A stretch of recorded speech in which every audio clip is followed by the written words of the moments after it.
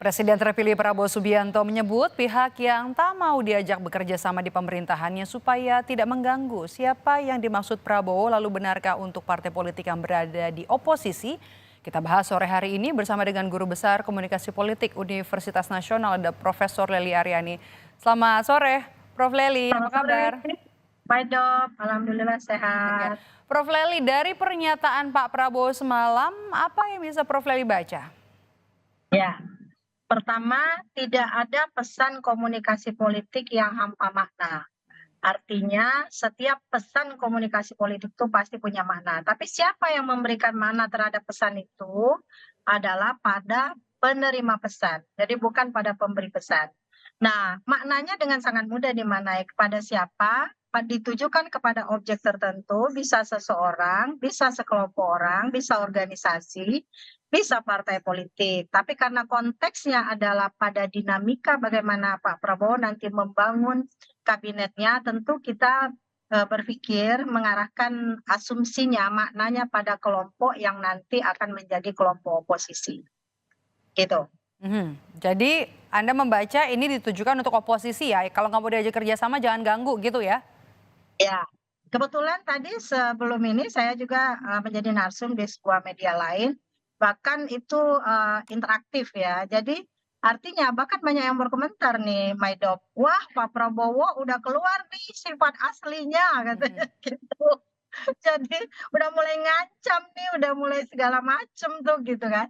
Nah intinya memang Pak Prabowo memang membutuhkan koalisi, mungkin memang dibutuhkan koalisi yang besar bagi Pak Prabowo karena partai pendukungnya juga sudah besar, tapi kurang seksi karena belum 50% ya. Mhm. Nah, Pak Prabowo berusaha dengan komitmennya sejak awal ingin merangkul semuanya, tapi kan tidak bisa demikian. Mhm. Karena masyarakat juga membutuhkan kelompok partai politik terutama yang sudah kita berikan hak suara kita kepada mereka untuk menjadi penyeimbang lah istilahnya. Kalau bukan pengkritik, penyeimbang lah di luar Mhm. kekuasaan itu.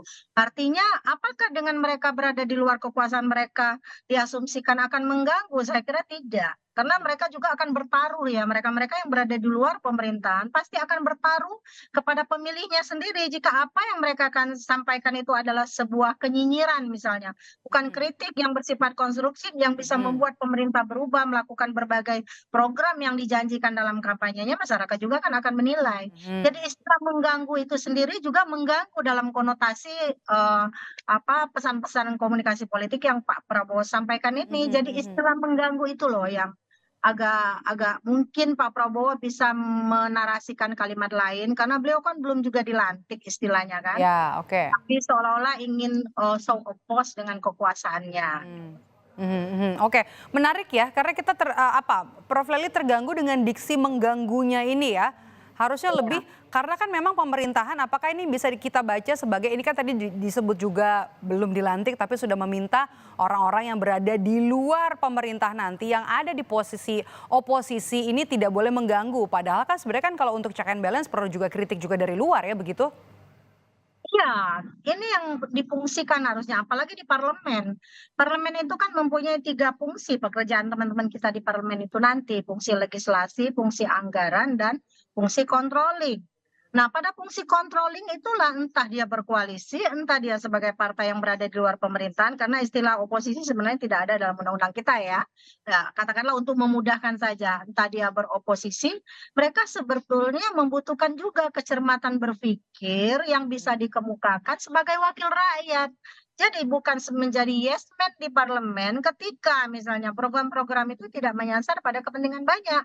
Di periode kedua pemerintahan Pak SBY, ada 2 partai yang berkoalisi dengan Pak SBY yang waktu itu terhitung lebih dari 62%, Hmm. yaitu PKS sama Golkar. Justru Ya. PKS dan Golkar adalah bagian dari yang cukup kritis terhadap Mhm. kebijakan Pak SBY dan itu nyaman-nyaman aja membuat Golkar dan PKS juga PKS. mempunyai suara ya, tetap mempunyai keterwakilan di parlemen. Mhm. Artinya tetap bisa, tapi mungkin tadi ada kaitannya juga yang disampaikan Daniel. Berbisik dengan berteriak, kalau berbisik kan nggak sampai pesannya, tapi tetap bersuara istilahnya, bukan berbisik, kalau bisik kan Mhm. nanti jadi angin lalu aja kan. Mhm. Nah, ini yang kita butuhkan, mereka-mereka nantinya meskipun Pak Prabowo berhasil merangkul banyak partai politik lain, tapi mereka tetap harus berpikir mereka tidak hanya mewakili kepentingan partai politiknya, tapi juga dibaca kembali program apa yang mereka sodorkan ketika kampanye kemarin.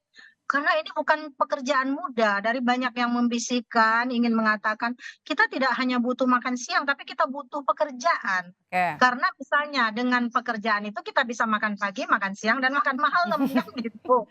Nah Oke. ini yang perlu juga mereka kritisi ya, bukan berarti mengganggu maksudnya gitu. Oke, jadi Prof. Lely Anda melihatnya bukan lagi justru ke oposisi ya. Tadi kan kalau Prof. Lely bilang apa yang kita kutip dari Daniel Ansar Simanjuntak ini menyebut kalau di dalam kritiknya berbisik, di luar ini berkarya. Tapi yang terjadi di koalisi gemuknya juga era pemerintahan Pak SBY kala itu PKS dan Golkar lumayan cukup berisik padahal bagian dari kabinet begitu ya. Ini juga Ya, satu hal yang dikhawatirkan oleh Prabowo Subianto nanti? nah, bisa jadi, tapi kan asumsinya juga di awal kan dia mencoba merangkul banyak koalisi. Mhm, Tetapi ada yang sudah mewanti-wanti lebih dulu saya akan menjadi oposisi. mhm, Nah, jadi sebenarnya meski oposisi itu dalam kategori partai politik, sebenarnya koalisinya juga adalah koalisi partai politik. Tapi individu-individu yang berada dalam partai politik itu harus punya jati diri kalau mereka ingin bercitra. Bercitra sebagai wakil rakyat, bercitra sebagai koalisi yang pinter gitulah, yang demokratis, yang bisa mewakili, mereka juga harus mampu menunjukkan itu. Karena pertaruhannya 5 tahun ke depan kan, kalau mereka menjadi yes man, asal Bapak senang dan seterusnya, itu merugikan mereka sebagai partai yang berkoalisi. Jadi mhm, mengganggu dalam istilah ini tadi tujuan utama Pak Prabowo sebenarnya pada mereka yang tidak mau diajak kerjasama, tentu mereka yang dianggap akan beroposisi ya. mhm, Tapi dengan demikian sebenarnya di dalam koalisi itu sendiri bisa ada orang-orang yang mengganggu. mhm. Kalau konotasinya mengganggu, dan istilah mengganggu itu mengganggu saya juga gitu, Pak Edohut. Oke, oke. Tapi kita kembali lagi nih, kalau memang ditujukan untuk oposisi ya, kata mengganggu tadi, yang sudah memilih berada di luar dari pemerintahannya Prabowo Subianto, kan kritik itu tetap harus ada ya, Prof. Lely. Gimana nanti kalau oposisi yang mengkritik ini kemudian dianggap sebagai pengganggu jalannya pemerintahan? Nah, itu yang tidak bisa, yang dan tidak boleh menurut saya. Kalau mereka loh sepanjang pemerintahan Pak Jokowi aja Gerindra adalah bagian yang dianggap mengkritik. Banyak sekali kritik yang mereka sampaikan di pemerintahan periode pertama Pak Jokowi. Kebetulan di periode kedua saja kemudian mereka Mhm, kemudian bergabung kan. mhm, Tapi intinya apakah waktu itu PDIP menganggap Pak Jokowi sendiri menganggap Gerindra sebagai pengganggu? Ternyata, apa, relevansi dari dinamika politik yang terjadi setelah itu ya biasa-biasa saja. Jadi banyak memang yang kemudian dianggap bahkan Fadlizon sama Fahri Hamzah ya, yang dianggap sebagai pengkritik malah dikasih hadiah sama Pak Jokowi, dikasih penghargaan sebagai bintang gitu. mhm. Jadi intinya pengkritik itu tetap diperlukan dimanapun. Bukankah lawan politik itu adalah teman diskusi yang menyenangkan sebenarnya? Oke, kita nantikan sebenarnya memang ini benar-benar sebenarnya belum dilantik juga ya. Apakah memang benar-benar ada Iya, kekhawatiran dari seorang presiden terpilih Prabowo Subianto akan kabinetnya nanti jalannya kabinet terhadap posisi dari oposisi yang nanti siap untuk memberikan kritik terhadap jalannya pemerintahan dan juga kebijakan pemerintah. Kita tunggu nanti. Terima kasih sudah bergabung bersama ya, kami, Guru Besar sama-sama Komunikasi Maidot. Politik Universitas Nasional Prof. Lely Aryani. Sehat selalu, Prof. Lely. Ya, begitu.